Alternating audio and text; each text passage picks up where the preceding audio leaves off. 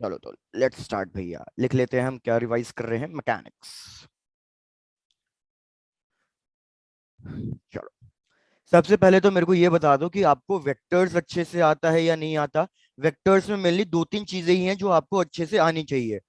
सबसे पहले तो आपको स्प्लिटिंग ऑफ वेक्टर्स आना चाहिए अच्छे से, कि आपको वेक्टर्स को स्प्लिट करना आता है या नहीं आता, कि एंगल्स किसके साथ बन रहे हैं। दूसरा, आपको dot product and cross product, ये दोनों अच्छे से आने चाहिए, बिकॉज ये कहीं ना कहीं हमारे अप्लाई होते ही होते हैं, और इनकी प्रॉपर्टीज। बस मेनली यही दो चीजें हैं जो आपको चेक करनी है कि वेक्टर्स में आपको आती हैं या नहीं आती। तो मेरे को एक बार बता दो, ये दोनों चीजें आती हैं सही से? भाई नो रिस्पॉन्ड। डॉट और क्रॉस प्रोडक्ट बता दो बस। क्रॉस और डॉट में बताना है, ठीक है, डन। तो फटाफट यहीं से स्टार्ट करते हैं। यार डॉट प्रोडक्ट का मतलब क्या है कि हम दो वेक्टर्स को मल्टीप्लाई कर रहे हैं, और हमने मल्टीप्लाई कुछ इस तरीके से किया है कि हमारे पास जो फाइनल आंसर आएगा वो एक वेक्टर क्वांटिटी नहीं आएगी, वो एक स्केलर क्वांटिटी आएगी। जैसे फॉर एग्जांपल, यार हमें पता है वर्क डन स्केलर क्वांटिटी है या फिर वेक्टर क्वांटिटी है। वर्क डन हमारे पास एक स्केलर क्वांटिटी है, लेकिन वर्क डन का फॉर्मूला क्या होता है? वर्क डन का फॉर्मूला होता है multiplication of force and displacement. Force भी वेक्टर क्वांटिटी, डिस्प्लेसमेंट भी वेक्टर क्वांटिटी। तो मतलब हमने अल्टीमेटली क्या किया है, इन दोनों का डॉट प्रोडक्ट किया है। दो vector quantity co dot product किया तो हमारे पास क्या आंसर आएगा? स्केलर। डॉट प्रोडक्ट में एक्चुअल में करते क्या है? डॉट प्रोडक्ट में एक्चुअल में हम किसी एक वेक्टर का कंपोनेंट दूसरे की डायरेक्शन में फाइंड करते हैं। जैसे इस एग्जांपल से समझो। यार मैंने कहा कि ये मेरे पास एक ऑब्जेक्ट है, बहुत सिंपल सा एग्जांपल है, और कोई ऑब्जेक्ट है जो राइट साइड मूव कर रहा है। इसका डिस्प्लेसमेंट राइट साइड गिवन है, और हमारा फोर्स किसी एक एंगल पे एक्ट कर रहा है। ये एंगल ले लिया मैंने थीटा।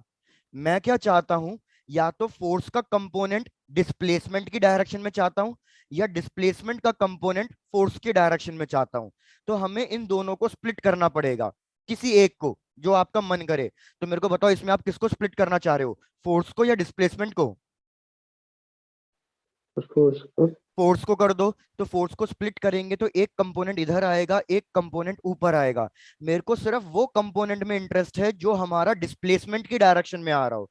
तो मतलब मेरे को सिर्फ इस वाले कंपोनेंट से इंटरेस्टेड है। तो मेरे को बताओ, इस कंपोनेंट की वैल्यू क्या लिखूं जिसके साथ एंगल थीटा बनता है? तो भाई आपको ये चीज पता होनी चाहिए, जिसके साथ एंगल थीटा बनता है वो कंपोनेंट क्या बन जाता है? Cos theta. वेरस जो दूसरा कंपोनेंट बचता है वो क्या बन जाता है?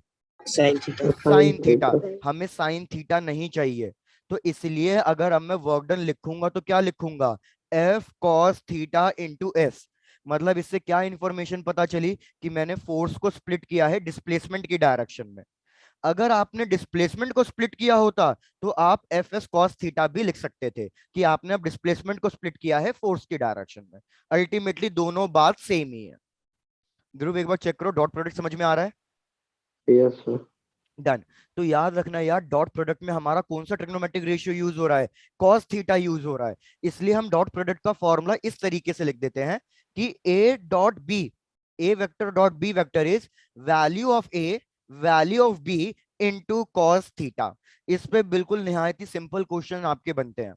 चलो आज से करते हैं, क्वेश्चन से ही स्टार्ट भी करते हैं। एक क्वेश्चन लिखो और सब उसको ट्राई करो सॉल्व करने की।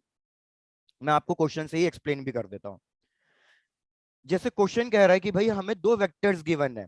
वेक्टर ए की वैल्यू गिवन है आई कैप प्लस जे कैप प्लस के कैप, और हमारे पास वेक्टर बी की वैल्यू गिवन है -2 i cap, -2 j cap, -2 k cap. Question कह रहा है कि भैया इन दो वेक्टर्स के बीच का एंगल फाइंड करो। Find the angle between these two vectors.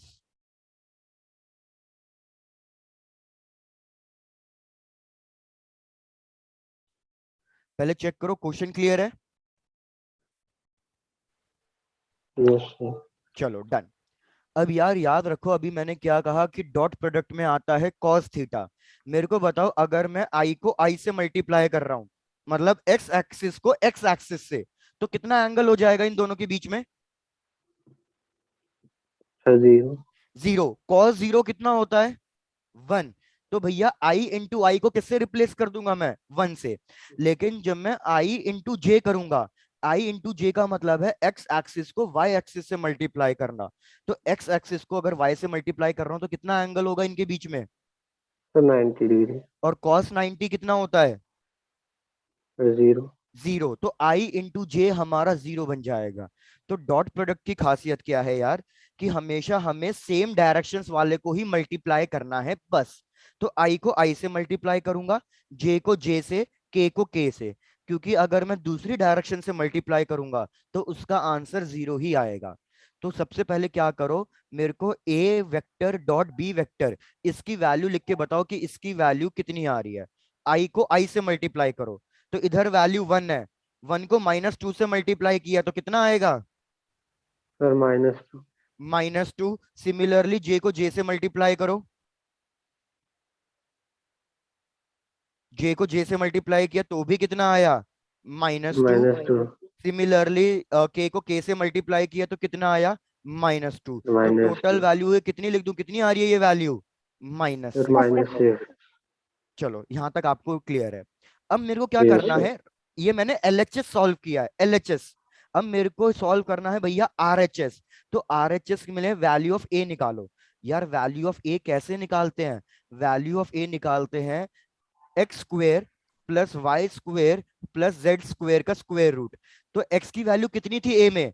1। Y की वैल्यू कितनी थी? 1। और जेड की वैल्यू भी कितनी थी? 1। तो अगर मैं इसको सॉल्व करूं तो ये कितना आएगा? ये √3 आ जाएगा।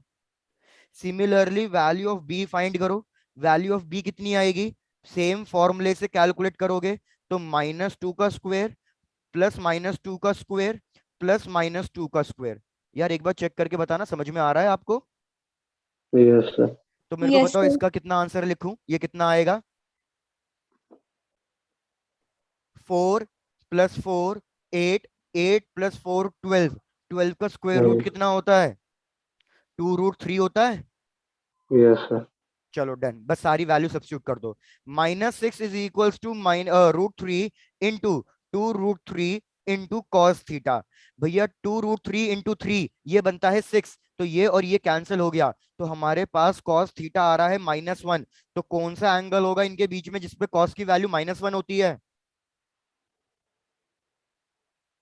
यार ये तो मैंने कितनी बार भी बताया हुआ है, कौन से एंगल पे कॉस थीटा की वैल्यू -1 होती है? Sir 180 180 degree. डिग्री पे। 180। बस क्वेश्चन खत्म है। चेक करो ये वाला, समझ में आया क्वेश्चन? Yes sir. डन।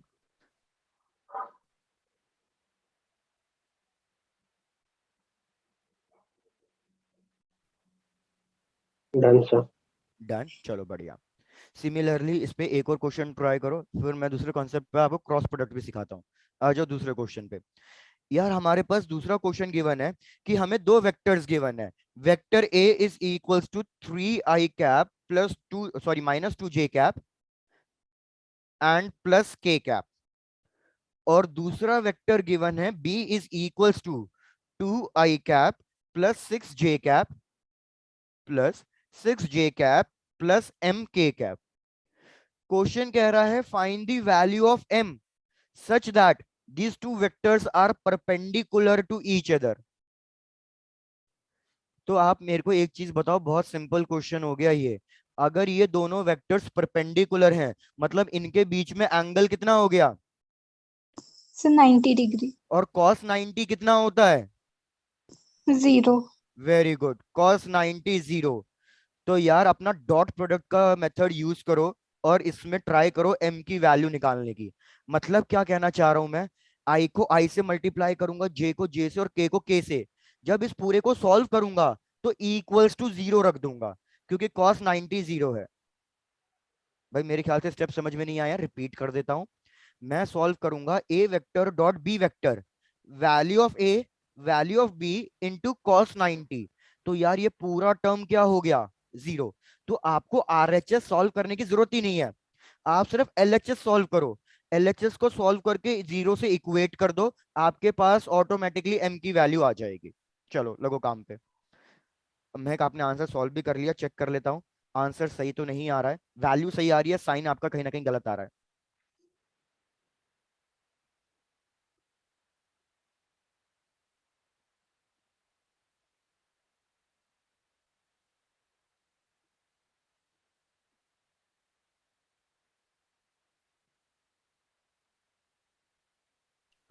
महक अब सही है।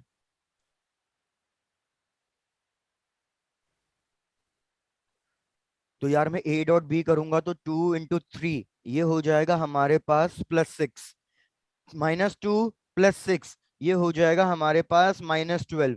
इधर 1 है, इधर m है, तो ये हो जाएगा +m should be equals to 0। तो यार सॉल्व कर लो इसे।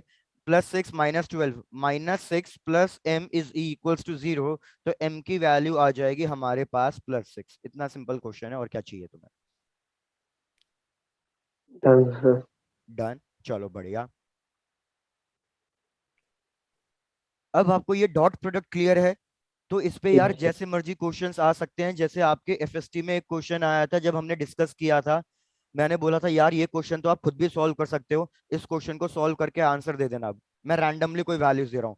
क्वेश्चन ने कहा है कि फोर्स गिवन है हमें, फोर्स वेक्टर गिवन है 2i cap -3j cap +5k cap, और मेरे को वेलोसिटी गिवन है, velocity vector velocity vector given है -i cap +3j cap +2k cap.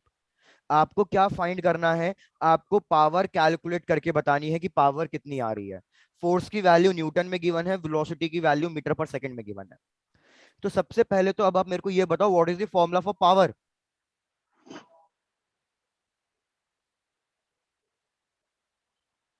भाई पावर का फॉर्मूला होता है वर्क डन बाय टाइम, लेकिन इधर ना तो मेरे को वर्क गिवन है ना टाइम गिवन है। तो वर्क डन का फॉर्मूला होता है force into displacement by time. Displacement by time क्या बन जाता है? वेलोसिटी। तो फोर्स इनटू वेलोसिटी। अब यार एक चीज खुद देखो, पावर स्केलर क्वांटिटी है, वेलोसिटी और फोर्स वेक्टर क्वांटिटी है, मतलब इन दोनों के बीच में क्या होना चाहिए? Dot product. तो इन दोनों का डॉट यस प्रोडक्ट सर। करो और मेरे को पावर कैलकुलेट करके बता दो, बस सिंपल क्वेश्चन। Yes sir.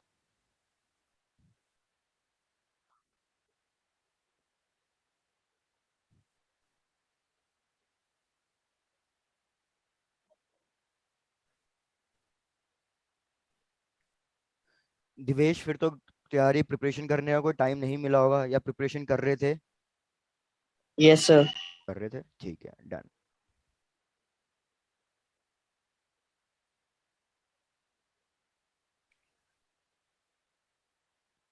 तो मैं पावर कैलकुलेट करके लिख रहा हूँ, चेक करना।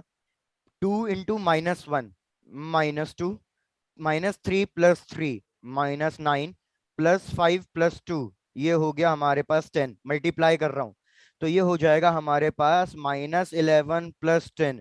तो भैया आंसर आ रहा है -1 वॉट्स। Yes sir. चलो डन, यस सर। बढ़िया। तो अब आ जाते हैं नेक्स्ट क्वेश्चन पे, नेक्स्ट टॉपिक पे मतलब। यार अब नेक्स्ट टॉपिक है जो आप कह रहे हो सर क्रॉस प्रोडक्ट। और याद रखो क्रॉस प्रोडक्ट हमारे पास थोड़ा सा ज्यादा इंपॉर्टेंट है, क्योंकि मेजरली जो हम डील करते हैं वो वेक्टर क्वांटिटीज से डील करते हैं। क्रॉस प्रोडक्ट का मतलब क्या है? Vector product. कि यार अब मेरे पास दो वेक्टर्स गिवन होंगे, मेरे को उनको मल्टीप्लाई करना है, और इस तरीके से मल्टीप्लाई करना है कि फाइनल आंसर भी वेक्टर ही आए। इसका फॉर्मूला क्या होता है? A cross B must be equals to A value of B into sine theta. मतलब अगर आपको कहीं पे भी साइन थीटा दिख जाए तो मतलब समझ जाना भैया हम क्रॉस प्रोडक्ट की बात कर रहे हैं। अब क्रॉस प्रोडक्ट की एक खासियत है, सुनो क्या खासियत है। सपोज मैंने कहा कि मैंने ए क्रॉस बी किया है, और ये प्रॉपर्टी सबसे ज्यादा यूज होती है। इसको मल्टीप्लाई करने पे एक वेक्टर ही मिलेगा, जैसे भी मैंने कहा। सपोज वो वेक्टर सी है, तो अगर मैं आपसे पूछूं सी और ए के बीच में कितना एंगल होगा, सी और बी के बीच में कितना एंगल होगा, तो बताओ जिसको पता है तो। भैया सी और ए के बीच में एंगल 90 डिग्री होगा हमेशा। सिमिलरली सी वेक्टर हमारा बी के भी परपेंडिकुलर होगा। ये एक बड़ी खासियत है हमारे वेक्टर प्रोडक्ट की, कि जब आप इसको सॉल्व करोगे तो भैया हमारा सी वेक्टर जो है वो ए और बी दोनों के परपेंडिकुलर आना चाहिए। इसलिए इसको हम सॉल्व करते हैं generally right hand thumb rule से। राइट हैंड थंब रूल, या फिर आप कह सकते हो क्लॉक रूल। क्लॉक रूल के अकॉर्डिंग आई इंटू जे मेरे को क्या वैल्यू देगा? के। जे इंटू के क्या वैल्यू देगा? आई। इस तरीके से। लेकिन अगर आप, मैं यहां लिख रहा हूं, लेकिन अगर आप उल्टा चले गए, तो भैया उल्टा चले गए तो जैसे जे क्रॉस आई गए, तो जे क्रॉस आई में आपको मिलेगा -के। चेक करो पहले, यहां तक की बात समझ में आ रही है? Yes, sir. Yes, sir. बाकी मैं आपके एग्जांपल्स देता हूँ, टेंशन वाली बात नहीं है, पहले समझते जाओ। अब यार इसमें क्या इंपॉर्टेंट चीज आपको ध्यान देनी है कि यार आई क्रॉस जे और जे क्रॉस आई ये दोनों कभी भी इक्वल नहीं होते। इस पे क्वेश्चन यूजुअली पूछा जाता है कि क्या ये दोनों इक्वल होते हैं, तो याद रखना ये दोनों इक्वल नहीं होते। हाँ, I cross J is equals to minus of J cross I, जैसे इधर प्लस के आ रहा है इधर माइनस के आ रहा है, ये चीज वैलिड है। दोनों इक्वल होंगे ऐसा वैलिड नहीं है। मैं आपको बताता हूँ हम इसको सबसे ज्यादा अप्लाई कहाँ करते हैं, समझो भाई। सबसे ज्यादा हम इसको रोटेशन में और मैग्नेटिक फील्ड चैप्टर में अप्लाई करते हैं। मैं आपको थोड़ा सा हिंट देता हूँ। यार ये सपोज हमारे पास एक स्ट्रेट वायर है, स्ट्रेट वायर मैंने आपको पढ़ाया था ये भी एक दो क्लास पहले। इसमें करंट फ्लो कर रहा है आई, तो इसकी लेंथ करंट एलिमेंट कहीं ना कहीं डायरेक्शन क्या है, ऊपर की तरफ। और इस पर्टिकुलर पॉइंट पे मैं मैग्नेटिक फील्ड फाइंड करना चाहता हूं, डिस्टेंस आर। तो यार आपको एक चीज पता होनी चाहिए, मैग्नेटिक फील्ड कैलकुलेट कैसी होती है। Magnetic field is directly proportional to D L cross R. तो मेरे को सबसे पहले ये बताओ, डी एल मतलब लेंथ कौन सी डायरेक्शन में है, ये एक्स होती है, ये वाई होती है, और अंदर बाहर वाली जेड होती है, बताओ। शायद से नहीं समझ में आया, रिपीट। भाई कुछ डाउट हो तो प्लीज बोल दिया करो यार। ये एक्स डायरेक्शन है, ये वाई डायरेक्शन है, ये जेड डायरेक्शन है। लेंथ मेरे को बताओ, लेंथ वायर कौन सी डायरेक्शन में कौन सी एक्सिस के अलोंग प्लेस करी है मैंने, एक्स वाई या Z, sir Y. Y. Why? तो यहाँ पे लिख दो आप जे कैप। आपको ये तो पता ही है ना, एक्स के लिए आई कैप यूज करते हैं, वाई के लिए जे कैप और जेड के लिए के कैप। सिमिलरली मेरे को बताओ आर, जिसपे मैं मैग्नेटिक फील्ड फाइंड करना चाहता हूं, वो कौन सी डायरेक्शन में आ रहा है, X. Sir x. एक्स। तो यार मेरे को पता चल गया कि मैग्नेटिक फील्ड कैसे होनी चाहिए, magnetic field should be equals to J cross I. तो मेरे को बताओ मैग्नेटिक फील्ड कौन सी डायरेक्शन में लिखूं, जे क्रॉस आई। अभी बताया मैंने जे क्रॉस आई क्या होगा, J cross I that is minus K cap. तो मतलब भैया माइनस के कैप का मतलब क्या हो गया, इनवर्स डायरेक्शन। और अगर आपको मैग्नेटिक फील्ड याद हो, यही चीज हमने राइट हैंड थंब रूल से भी पढ़ी है कि थंब को ओपन करो करंट की डायरेक्शन में, जिस पॉइंट पे आप मैग्नेटिक फील्ड कैलकुलेट कर रहे हो उस पॉइंट पे अपनी फिंगर्स कर्ल करो, तो पॉइंट पी पे मेरी फिंगर्स किधर पॉइंट आउट करेगी, इनवर्स पॉइंट आउट करेगी। चेक कर लो आपको ये पूरा समझ में आया या रिपीट करके बताना है। Done, sir. डन Done, अभी, sir. Very good. तो इस तरीके से याद रखना। अब इस पे क्या आता है, मोस्टली क्वेश्चंस जो मैं बता रहा हूं कि मोस्टली क्वेश्चंस कैसे आते हैं। मोस्टली क्वेश्चंस तो ये आते हैं कि आपको करेक्ट फॉर्मूला बताना है, कि करेक्ट फॉर्मूला क्या है। एक पैटर्न ये है। दूसरा पैटर्न क्या है कि आपको क्रॉस प्रोडक्ट करना है और फाइनल आंसर बताना है। दूसरा पैटर्न ये है। तो दोनों पैटर्न पे चेक करो। पहले पैटर्न पे क्वेश्चन कराता हूं जिसमें आपको बस दो वेक्टर्स को मल्टीप्लाई करना है। देखो क्वेश्चन कह रहा है कि हमें फोर्स का मैग्नीट्यूड गिवन है। फोर्स का मैग्नीट्यूड है 3 आई कैप प्लस जे कैप प्लस 2 के कैप, और हमारे पास आर वेक्टर परपेंडिकुलर डिस्टेंस का वेक्टर गिवन है 2 आई कैप माइनस 2 जे कैप प्लस 4 के कैप। मेरे को क्वेश्चन बोल रहा है टॉर्क कैलकुलेट करने का। तो सबसे पहले तो मेरे को बताओ टॉर्क का फॉर्मूला क्या होता है।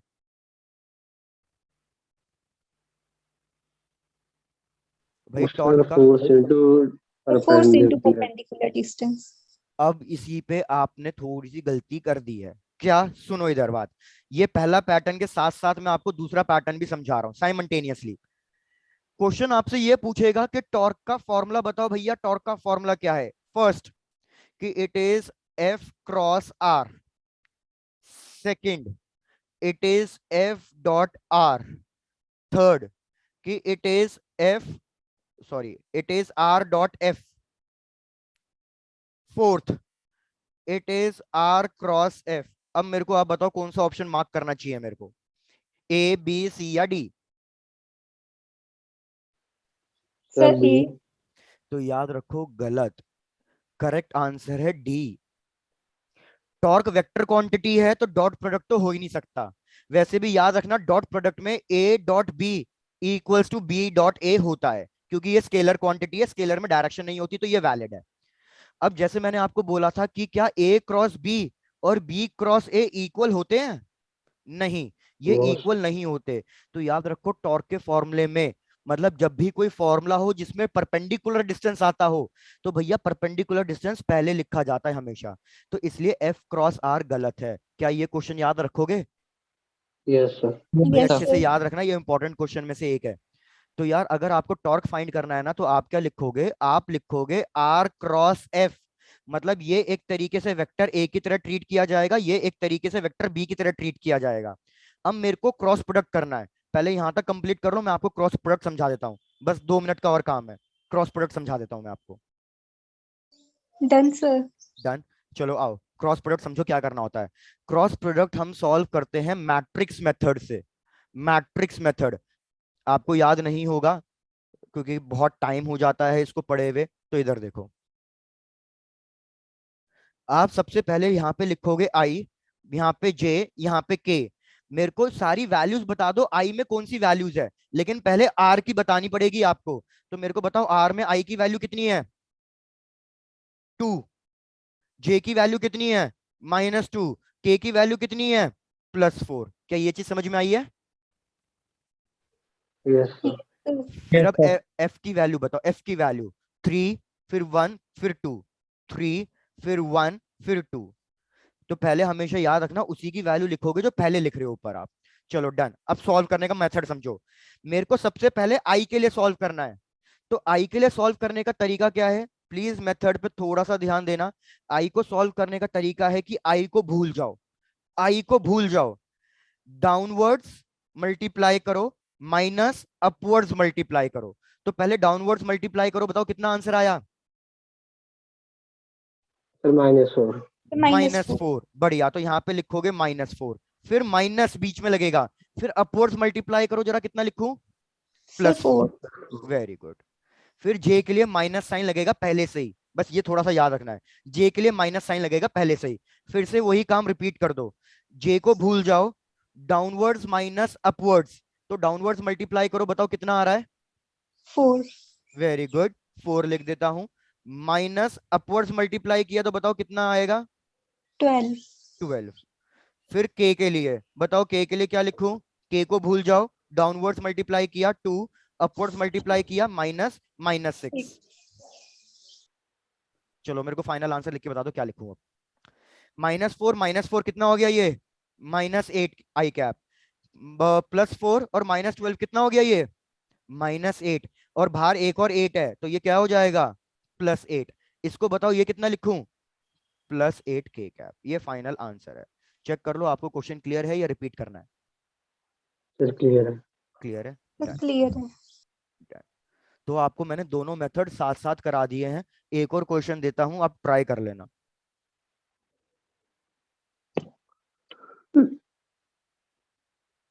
क्या किसी को प्रीवियस स्लाइड शो करनी है?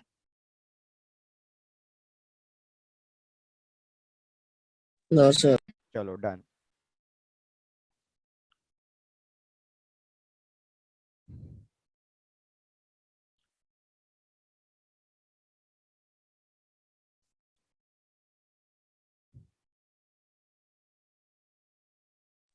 Done, sir. डन। चलो, तो जैसे यार आप मेरे को बताना वेलोसिटी का कौन सा फॉर्मूला करेक्ट है।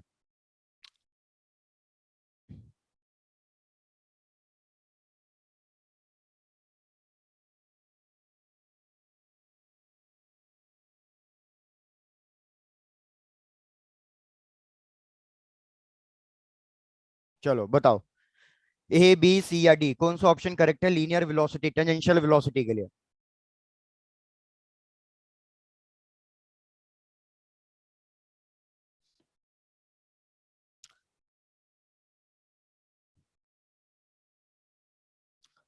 सबसे पहले तो आप एक चीज चेक करो, जो हम फाइंड कर रहे हैं टेंजेंशियल वेलोसिटी, वो स्केलर क्वांटिटी है या वेक्टर क्वांटिटी है? बताओ। भैया आपको पता ही है वेलोसिटी कैसी क्वांटिटी है? वेक्टर। तो मतलब सी और डी तो ऑप्शन हो ही नहीं सकता, क्योंकि सी और डी में तो आंसर क्या आता? सी और डी में तो आंसर स्केलर आता। तो मतलब सी और डी तो एलिमिनेट हो गए। अब बचा क्या? ऑप्शन ए और बी। तो मेरे को बताओ कौन सा ऑप्शन करेक्ट होगा, ए या बी? मैंने आपको बताया हुआ है जब भी परपेंडिकुलर डिस्टेंस वाला टर्म आए किसी फॉर्मूले में तो हमेशा उसको क्या करते हैं, पहले लिखते हैं। तो कौन सा ऑप्शन करेक्ट होगा? Option B is correct, option A is wrong. Done sir. Done. चलो नेक्स्ट क्वेश्चन ट्राई करो भैया। नेक्स्ट क्वेश्चन को इंपॉर्टेंट मार्क करना, ये भी आया हुआ क्वेश्चन है। क्वेश्चन कह रहा है कि एक हमने सॉल्व किया a प्लस बी और एक हमने लिखा a क्रॉस बी। इसका कुछ ना कुछ आंसर आएगा, इसका कुछ ना कुछ आंसर आएगा। आपको इन दोनों के बीच में एंगल फाइंड करना है। मैं प्रॉपर क्वेश्चन ही लिख देता हूं, आप कंफ्यूज हो जाओगे नहीं तो। Find the angle between, find the angle between a vector plus b vector and a vector cross b vector. चलो ये क्वेश्चन है बस। ऑप्शंस हैं, ऑप्शंस है कि 0, सेकेंड ऑप्शन पाई बाय 4 मतलब 45 degree, second third option pi by 2 मतलब 90 degree हो गया, और लास्ट ऑप्शन 180 डिग्री पाई।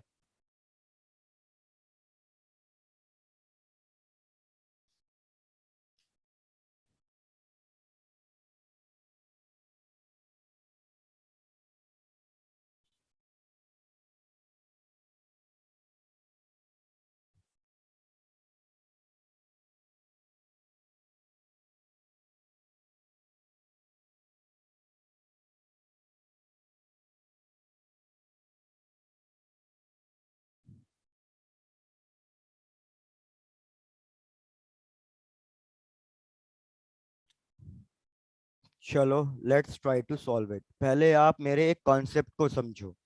ए वेक्टर प्लस बी वेक्टर का मतलब क्या है, इधर ध्यान दो। सपोज मैं ए वेक्टर ऐसे ड्रॉ कर रहा हूं, सपोज ए वेक्टर मैंने ऐसे ड्रॉ कर दिया और बी वेक्टर भी मैंने कहीं ना कहीं ऐसे ही ड्रॉ कर दिया। तो मेरे को बताओ ये ए वेक्टर और बी वेक्टर मैंने कौन से प्लेन में ड्रॉ किया है, प्लेन बताओ। यार अगर आपको ये चीज समझ में आती है कि ये प्लेन कौन सा प्लेन है, तो यार ये होता है एक्स डायरेक्शन, ये होता है वाई डायरेक्शन। तो मेरे को बताओ मैंने ए वेक्टर और बी वेक्टर को कौन से प्लेन में ड्रॉ किया है? क्या कह सकता हूँ, एक्स वाई प्लेन में ड्रॉ किया है। Yes Yes. सर। अब इनका जो रिजल्टेंट आएगा, भैया हमारा मेथड कहता है कि ए वेक्टर और बी वेक्टर का रिजल्टेंट कहीं ना कहीं इन दोनों के बीच में से ही निकलेगा, मतलब कहीं ना कहीं ऐसे निकलेगा। ये हो गया रिजल्टेंट। रिजल्टेंट को हम रिप्रेजेंट कैसे करते हैं? भैया रिजल्टेंट को हम रिप्रेजेंट करते हैं ए वेक्टर प्लस बी वेक्टर से।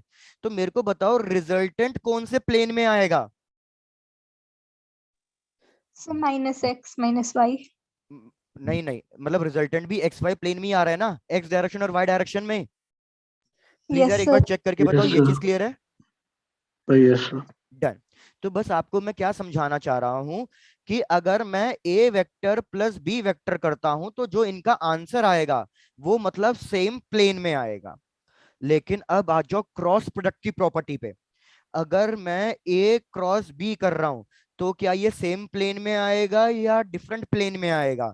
तो मैंने अभी आपको बताया ये हमेशा कौन से प्लेन में आता है, परपेंडिकुलर प्लेन में। तो अगर ये ए एक्स वाई प्लेन में है तो मेरा सी वेक्टर मतलब डेफिनेटली कौन से प्लेन में होना चाहिए, जेड प्लेन में होना चाहिए। क्या ये बात समझ में आ रही है आपको? Yes sir. Yes, sir. Done. तो मेरे को बताओ रिजल्टेंट और सी के बीच में कितना एंगल हुआ? 90 डिग्री। तो कौन सा ऑप्शन करेक्ट हुआ? Option C. क्या किसी के लिए रिपीट करना है ये क्वेश्चन या क्लियर है बिल्कुल? Clear है. क्लियर है। डन। कि भैया ए और बी का एडिशन सेम प्लेन में आएगा, ए और बी का क्रॉस प्रोडक्ट उसमें आएगा आपका परपेंडिकुलर प्लेन में। तो इनके बीच में एंगल भी परपेंडिकुलर ही होना चाहिए। Done sir.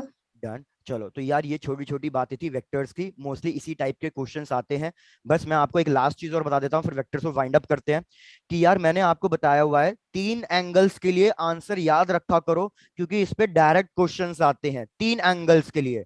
क्या आपको याद है मैंने कौन कौन से 3 एंगल्स के लिए बार बार बताया हुआ है आपको?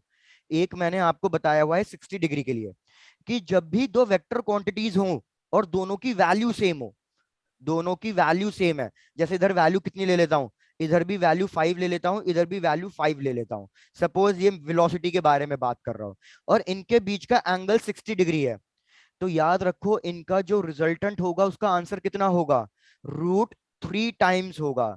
मतलब इसका आंसर बन जाएगा 5√3 पहले के लिए। दूसरा मैंने आपको बताया हुआ है 90 डिग्री के लिए, कि जब भी दो वेक्टर्स क्वांटिटीज सेम है, वैल्यूज मतलब सेम है, और इनके बीच का एंगल है हमारे पास 90 डिग्री, तो यार अब रिजल्टेंट कितना आता है, अब रिजल्टेंट आता है हमारे पास √2 टाइम्स। √2 टाइम्स का मतलब अब ये हो जाएगा 5√2। और एक थर्ड लास्ट 120 डिग्री के लिए, कि भैया सपोज दो vector quantity is same acting at an angle of 120 degree, तो भाई इसका आंसर क्या होता है, इसका आंसर एक सिंगल टाइम, वन टाइम ही होता है। मतलब इसका रिजल्टेंट कितना आएगा, सिर्फ 5 ही आएगा। इन तीन एंगल्स के लिए वैल्यूज याद रखना, इस पे डायरेक्ट क्वेश्चंस आता है।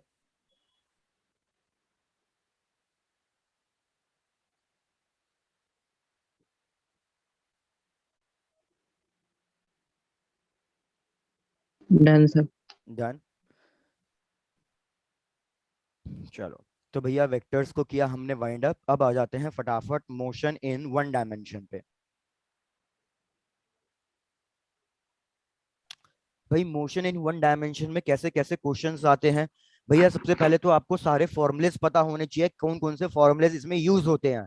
3 इक्वेशन ऑफ मोशन तो आपको रटी हुई ही होगी, मतलब क्योंकि लोअर क्लास से पढ़ते आ रहे हैं। v equals to U plus A T, S equals to U T plus half A T square, और v square minus U square is equals to 2as। एक फोर्थ इक्वेशन और क्या होती है, finding the displacement in a particular instant, S N. बताओ किस किस को याद है एस एन का फॉर्मूला, नहीं याद है भैया, u plus A by two into 2n-1, जहां पे n क्या है, n वो इंस्टेंट है जिसपे मेरे को टाइम डिस्प्लेसमेंट कैलकुलेट करना है। फिर और इंपॉर्टेंट फॉर्मूलेस क्या है भैया, हमारे कैलकुलस वाले फॉर्मूले, बस इससे ज्यादा कोई फॉर्मूले नहीं है, कैलकुलस वाले। कि वेलोसिटी का फॉर्मूला होता है dx/dt। सिमिलरली फिर एक्सेलरेशन के 3 फॉर्मूले होते हैं, एक होता है dv/dt, और बताओ बाकी 2 फॉर्मूले और कौन कौन से होते हैं, vdv/dx, और एक last double differentiation of displacement with respect to the time. ये सारे फॉर्मूलेस नोट डाउन कर लो, फिर आपको इस पे क्वेश्चंस कराता हूं।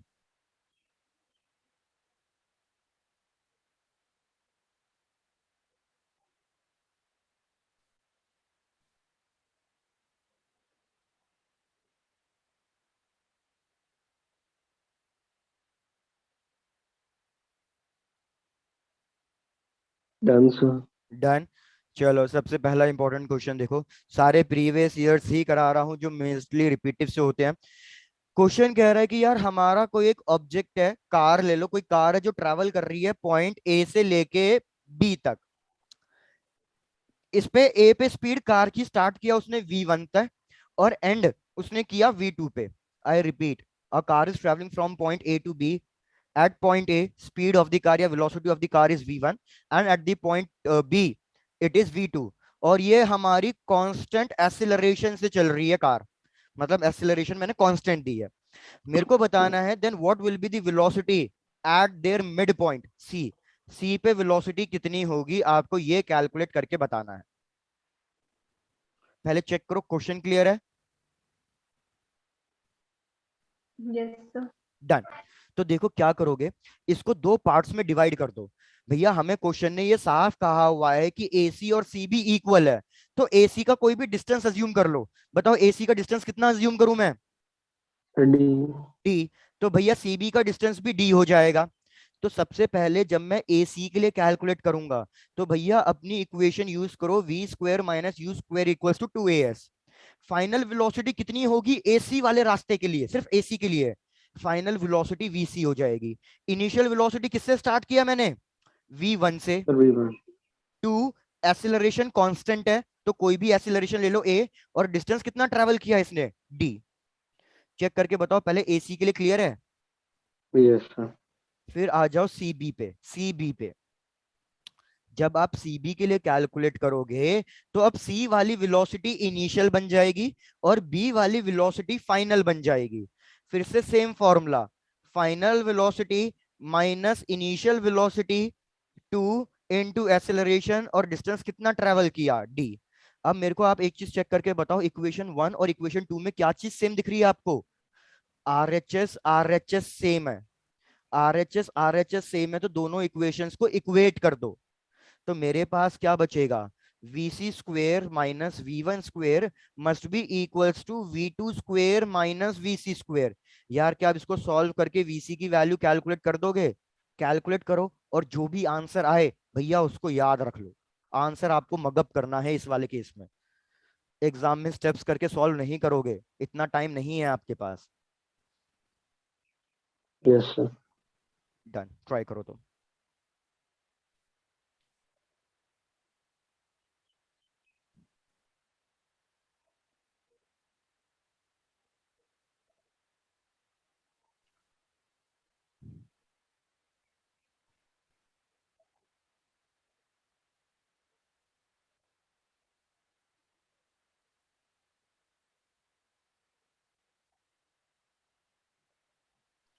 ये आना चाहिए आपके पास final answer, V one square plus V two square divided by 2 का whole square root. Yes, sir. चलो Yes, done। sir.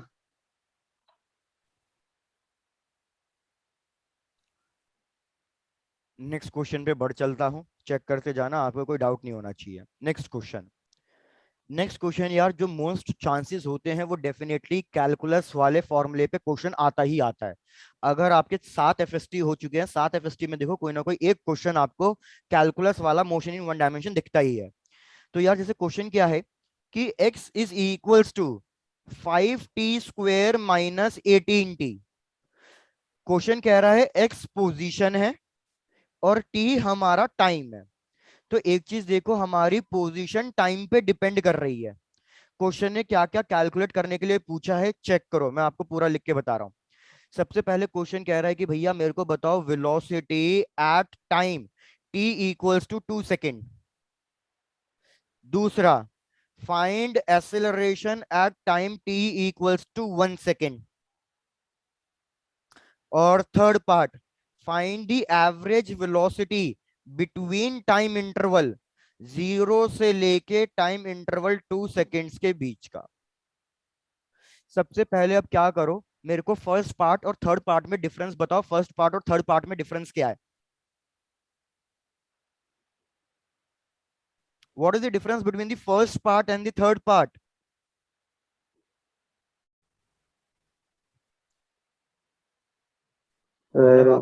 हाँ बोलो। फर्स्ट पार्ट में इंस्टेंट के बारे में पूछा। बिल्कुल ध्रुव भैया, फर्स्ट पार्ट में उसने बोला है वेलोसिटी एट, मतलब मेरे को 0 से 1 या 1 से 2 से मतलब नहीं है, सिर्फ सेकंड वाले सेकंड पे भैया उसने कितनी वेलोसिटी थी हमें वो, तो ये इंस्टेंटेनियस की बात हो रही है। तो भैया याद रखना इंस्टेंटेनियस वेलोसिटी का फॉर्मूला क्या होता है, जो अभी मैंने लिखा था, dx/dt। तो सबसे पहले मैं फर्स्ट पार्ट सॉल्व कराता हूं। तो भैया जब मैं फर्स्ट पार्ट सॉल्व करूंगा तो मेरे को लिखना पड़ेगा dx/dt। तो मैं पहले डिफरेंशिएट करूंगा इस 5t स्क्वायर माइनस 18t को टाइम के टर्म्स में। डिफरेंशिएशन ये तो बहुत बेसिक है, ये आना चाहिए आपको। मेरे को बताओ इसका डिफरेंशिएशन कितना लिखूं? भैया 10t माइनस 18 लिख दूं? Yes sir. भाई डिफरेंशिएशन नहीं आता है क्या? बता दो, अभी भी टाइम है, हम डिफरेंशिएशन पढ़ लेंगे। तो बताना है ध्रुव? सर बता बता दो। दो। बताना है, ठीक है डन। यार याद रखो डिफरेंशिएशन क्या है ना, अभी आपके लेवल पे बात कर रहा हूं। सिर्फ आप 2 या 3 फॉर्मूले याद रख लो, आपका पूरा डिफरेंशिएशन उसी पे खत्म हो जाएगा। क्या फॉर्मूला है? सबसे पहला फॉर्मूला, सपोज मैं कह रहा हूं y equals to X to the power n, मतलब मेरी जो y की वैल्यू है वो x पे डिपेंड कर रही है। मेरी y की वैल्यू x पे डिपेंड कर रही है, इसलिए मैं dy by dx he solve कर सकता हूं बस। अगर आप बोलो sir dy by dt calculate करो, नहीं कर सकता। क्यों? क्योंकि y की वैल्यू t पे डिपेंड ही नहीं कर रही, इसलिए ये चीज गलत हो जाएगी। तो dy बाई dx का फॉर्मूला क्या होता है, पावर को हमेशा मल्टीप्लाई कर दो, कोफिशिएंट बना दो, और फिर पावर में -1 कर दो। बस इतना सिंपल सा फॉर्मूला, रूल 1। पावर को बना दो कोफिशिएंट और फिर पावर में -1 कर दो। जैसे एग्जाम्पल, मैंने कहा x इक्वल्स टू 5t², तो मेरे को बताओ x की वैल्यू किस पे डिपेंड कर रही है, t पे। तो मैं क्या लिखूंगा, dx बाय dt। पावर को कोफिशिएंट बनाया तो 5 इंटू 2 हो गया, फिर पावर में -1 कर दिया, तो 5 इंटू 2 कितना हो जाएगा, 10 t, 2 टू दी पावर -1 कितना हो जाएगा, 10t। रूल 1 क्या क्लियर है आपको बिल्कुल अच्छे से? Yes, sir. Yes sir. Done. भैया रूल टू ये कहता है कि अगर मेरा y कोई कांस्टेंट के बराबर है, मतलब वो किसी भी वेरिएबल पे डिपेंड नहीं कर रहा है, तो भैया dy बाई dx आपका 0 आएगा। जैसे फॉर एग्जांपल, अगर मैं लिखता हूं y इक्वल्स टू 5, तो यार ये वैल्यू तो फिक्स हो गई कि y की वैल्यू 5 है, ये किसी वेरिएबल पे डिपेंड कर ही नहीं रही है। तो चाहे मैं dy बाई dt लिखूं या मैं dy बाई dx लिखूं, कुछ भी लिखूं, इसका आंसर क्या आने वाला है, 0 आने वाला है। 0। क्या रूल 2 भी क्लियर है आपको? Yes sir. बस ये 2 रूल याद रखो, आपका आधा डिफरेंशिएशन यहीं खत्म हो गया। ये 2 रूल याद रखो बस। और याद रखो एडिशन में हम एक एक करके टर्म्स को सॉल्व कर सकते हैं। तो देखो मैं यहाँ पे करके दिखा रहा हूँ। सबसे पहले मैंने 5t² का डिफरेंशिएशन किया, तो अभी मैंने आपको बताया dx बाई dt 5t² का करूंगा तो कितना आएगा, 10t। 10t। अब मैं आपको 18 का करके दिखा रहा हूँ, 18t का। भैया जब मैं 18t का डिफरेंशिएशन करूंगा, तो भैया अभी t पे पावर 1 है, तो पावर को मल्टीप्लाई कर दो, फिर पावर में -1 कर दो, तो मेरे पास आएगा 18t टू दी पावर 0। किसी के भी ऊपर पावर 0 होती है यस तो वो सर। क्या बन जाता है, 1। तो भैया 1। ये क्या हो गया, 18 हो गया। तो इसलिए मैंने आंसर क्या लिखा, 18t और 10t माइनस 18। क्या आप डिफरेंशिएशन के स्टेप्स बिल्कुल यस। क्लियर हैं? Yes sir. डन, बढ़िया। अब क्या करना है, अब हमें टाइम की वैल्यू रखनी है। क्वेश्चन ने वेलोसिटी कितने टाइम पे पूछी थी, 2 सेकेंड्स पे पूछी थी भाई। तो यहाँ पे वैल्यू t की जगह 2 रख दो, तो मेरे पास वेलोसिटी आएगी 10 इंटू 2 माइनस 18, तो 20 माइनस 18। भैया कितना फाइनल आंसर लिखूं मैं, 2 मीटर पर सेकेंड। फर्स्ट पार्ट खत्म, चेक करके बता दो, कोई डाउट है तो पूछो। Done sir. Done, no sir. बढ़िया। अब सेकेंड पार्ट, एसिलरेशन पूछा है, तो एसिलरेशन dv बाई dt होता है। हमारे पास वेलोसिटी की इक्वेशन क्या थी, ये इक्वेशन थी। जरा इस इक्वेशन को प्लीज वापस से डिफरेंशिएट करके बताओ टाइम के टर्म्स में। इतना आप कर ही सकते हो, अब आपको डिफरेंशिएशन आ गया है। इसी इक्वेशन को जरा फिर से डिफरेंशिएट कर दो टाइम के टर्म्स में, और मेरे को बताओ क्या आंसर लिखूं मैं।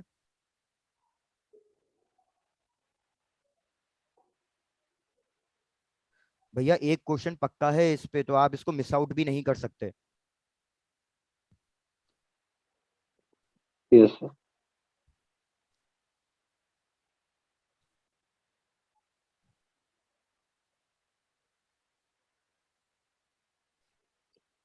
तो मैं 10 और 10t का डिफरेंशिएशन करूंगा तो कितना आएगा, 10 माइनस 18 का डिफरेंशिएशन करूंगा, कांस्टेंट है ये, तो कितना आएगा, 0। तो एसिलरेशन मेरे पास 10 आ गई।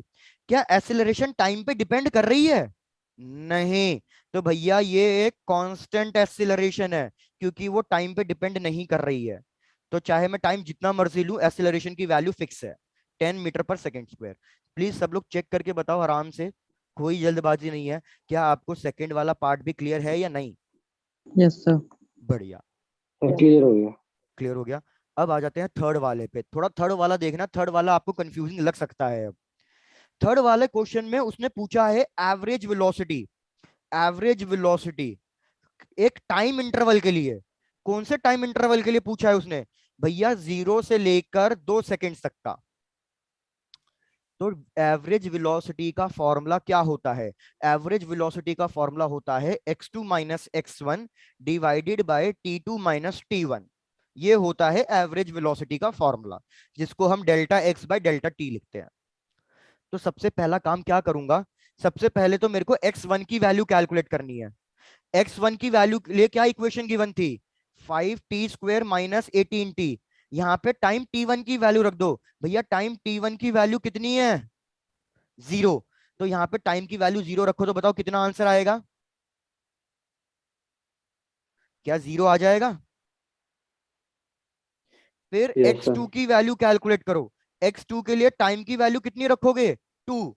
तो 5 इंटू टू का स्क्वायर माइनस 18 इंटू टू, बताओ जरा ये कितना आ रहा है भाई। 5 इंटू 4 20, 20 माइनस 36, ये आ जाएगा -16।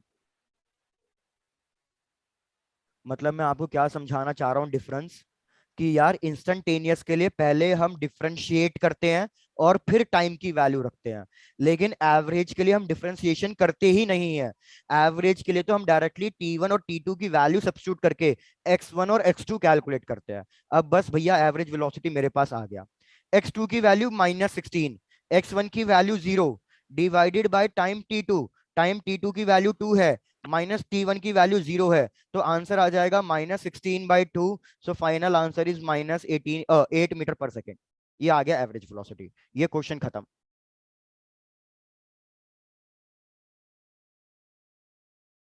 Done sir. Done sir. Done, चलो भैया बहुत बढ़िया। इसी पे एक और क्वेश्चन दे दूं, वैल्यूज चेंज करके सॉल्व कर दोगे। Yes yes sir. सर। चलो done, let's try to solve it. Same question दे रहा हूं, बस वैल्यूज चेंज कर रहा हूं। भैया पोजीशन की वैल्यू गिवन है हमारे पास कुछ ना कुछ, आ, इस वाले टर्म को सेम लेता हूं, ये क्वेश्चन ने क्या कैलकुलेट करने के लिए पूछा है, velocity at time t equals to 1 second. Same, find the acceleration at time t equals to 1 second. Third, find the position at time t equals to 2 second. बस ये तीन पार्ट कैलकुलेट कर दो। चलो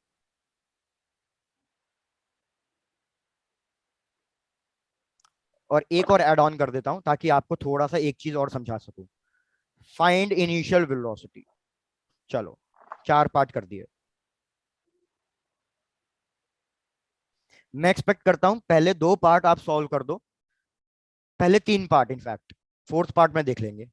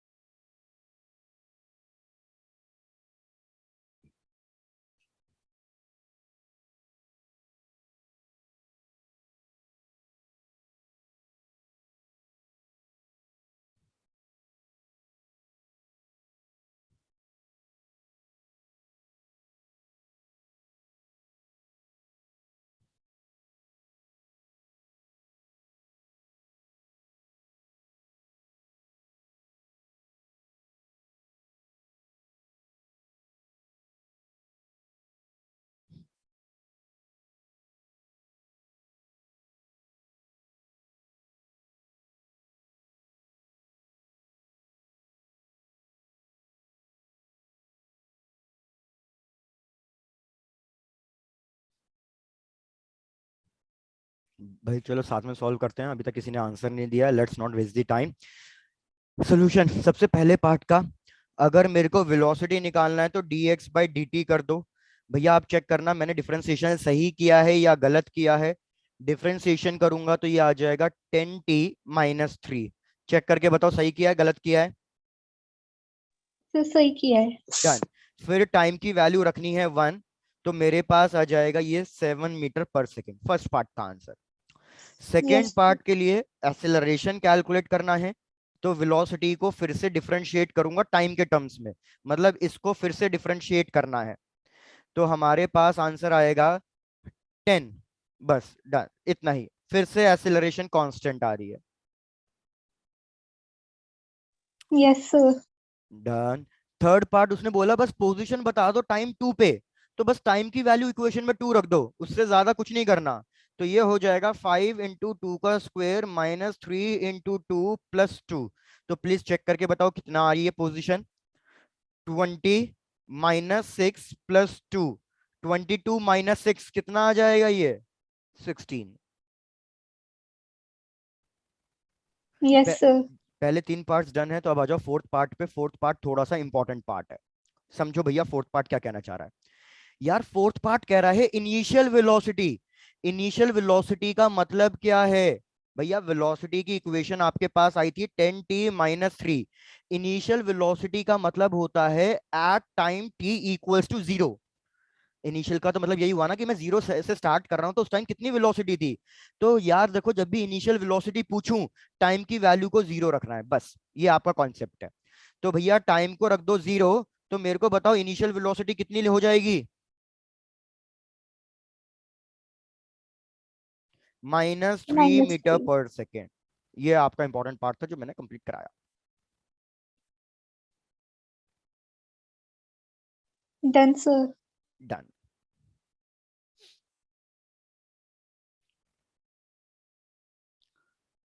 तो चेक करो, अब आगे बढ़े नेक्स्ट चीज पे। Yes sir. चलो यस डन। सर। एक लास्ट क्वेश्चन, मेरे को नहीं लग रहा इससे ज्यादा हम कर पाएंगे। एक लास्ट क्वेश्चन।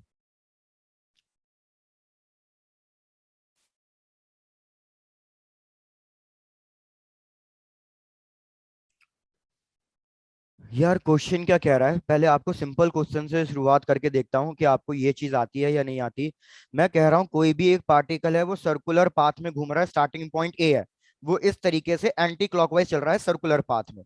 इसका रेडियस ले लो कि भैया इस सर्कुलर का ट्रैक का रेडियस हमें गिवन है कि आर है, आर। मेरे को बताओ what will be the distance and displacement travel during half revolution. आप पहले इतना सिंपल सा कॉन्सेप्ट बता दो, उसके बाद इस क्वेश्चन को थोड़ा सा डिफिकल्ट बनाता हूं। बताओ हाफ रेवोल्यूशन के टाइम पे डिस्टेंस और डिस्प्लेसमेंट कितना आएगा?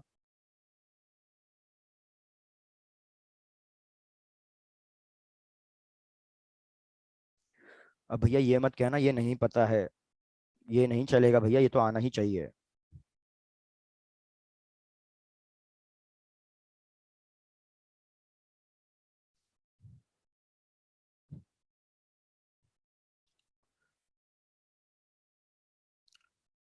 मतलब आपने मैकेनिक्स बिल्कुल मतलब वॉल्यूम 1 को छुआ ही नहीं है। यार अगर मैं हाफ रेवोल्यूशन कह रहा हूं, तो मतलब स्टार्टिंग पॉइंट अगर ए है, तो एंड पॉइंट क्या होगा? Exactly diametrically opposite point. तभी तो हाफ रेवोल्यूशन खत्म होगा यहाँ पे।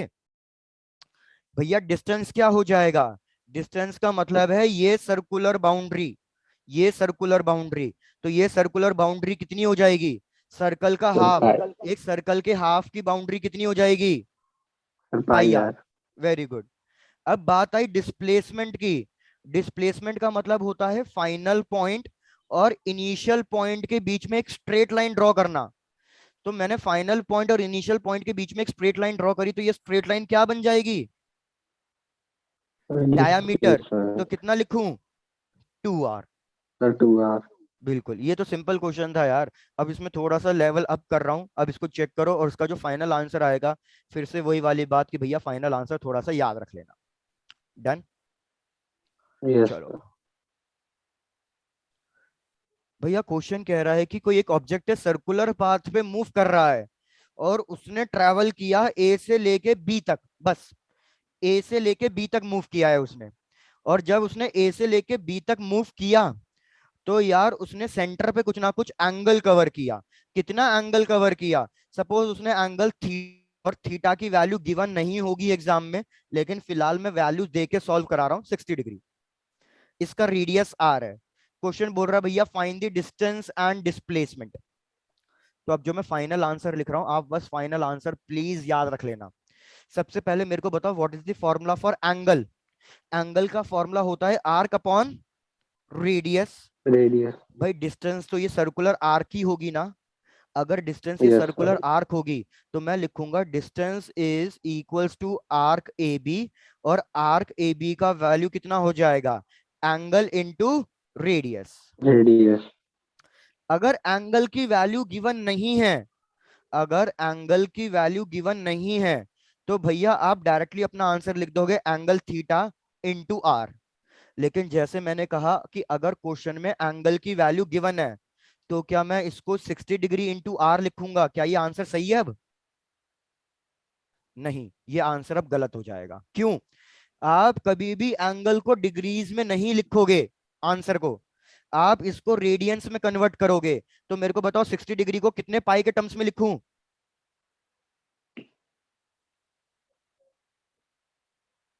अरे भैया 180 डिग्री कितना पाई होता है? सर पाई। 5/2. 180 डिग्री पाई होता है। तो 90 डिग्री कितना होगा? इसका हाफ। 45 डिग्री क्या होगा? इसका भी हाफ। सिमिलरली अगर मैं 60 डिग्री कह रहा हूं तो बेसिकली वो 180 डिग्री का 1/3 होता है। तो ये कितना हो जाएगा? पाई/3। सिमिलरली अगर मैं 120 डिग्री कहूं तो वो ट्वाइस ऑफ 60 डिग्री होता है। तो ये कितना हो जाएगा?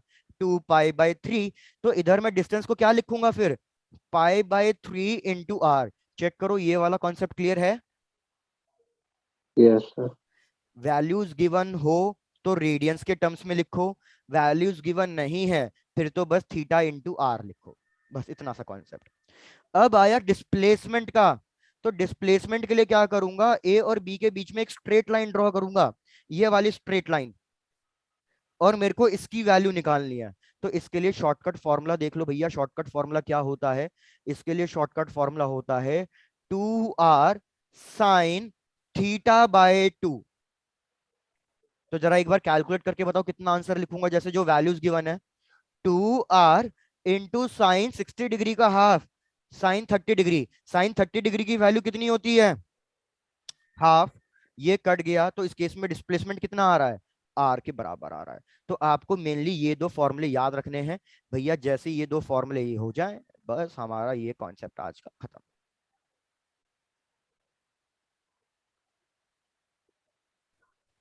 भैया ये फॉर्मूले थोड़े से याद रख लेना। Yes, sir. Done done done.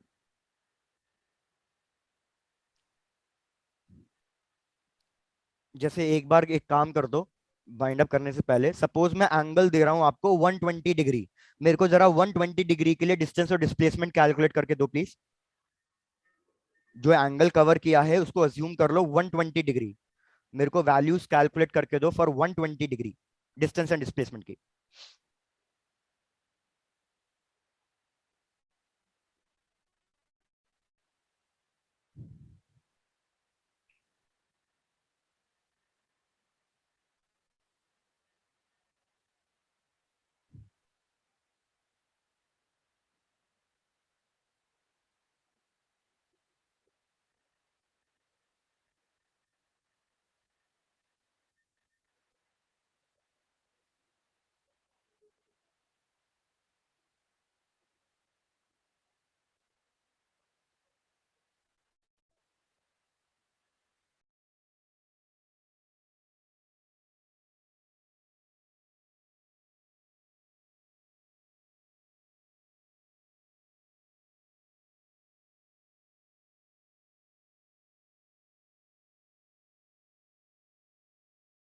ध्रुव वेरी गुड यार।